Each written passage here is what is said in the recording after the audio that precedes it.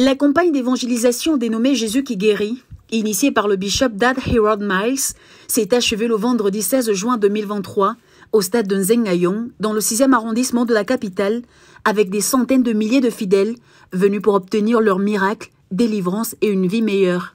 Alors le but, c'est vraiment le salut des âmes, pour avoir une masse de personnes qui donnent leur vie à Christ, qui donnent leur vie à Jésus.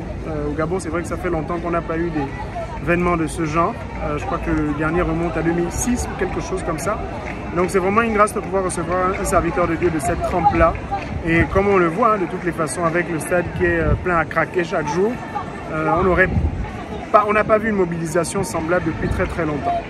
Débuté le 12 juin dernier, l'événement s'est déroulé durant 5 jours. Le stade de Nzengayong était le lieu de rendez-vous des croyants venus des 4 coins de la capitale, mais également de l'intérieur du pays.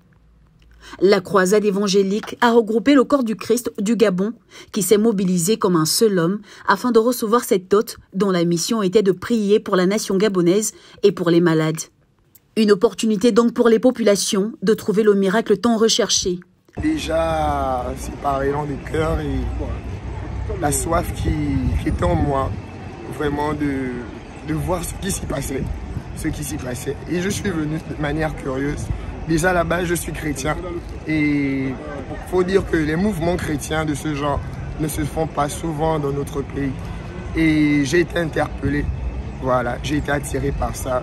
C'était vraiment pour moi des temps de réjouissance, voilà, des temps de communion personnelle avec Dieu, voilà, des temps de restauration profonde pour ma vie et celle de ma famille. Malgré les spéculations sur les réseaux sociaux, les différents chrétiens du Gabon en ont fait fi et se sont dévoués corps et âme à cet événement historique qui a marqué la communauté chrétienne. Pratiquement historique, c'est vrai qu'on a vécu des moments similaires avec des grands hommes de Dieu tels que Renard Bonquet, T.L. Osborne qui sont venus au Gabon quelques années plus tôt. Mais cette fois-ci, c'est une première pour les jeunes générations qui n'ont pas connu cette visitation-là, ces visitations précédentes. Et pour nous, il faut dire, pour le corps de Christ, il faut dire que c'est des moments extraordinaires parce que vraiment, je pense qu'on en avait besoin pour la réunification, l'unification du corps de Christ. Et ce que je peux dire, oui, je suis vraiment personnellement content, satisfait du déroulement de cette campagne. Notons que cette croisade du bishop Dad Heward Miles est la toute première au Gabon, mais elle est organisée depuis 2004 dans d'autres pays de la sous-région.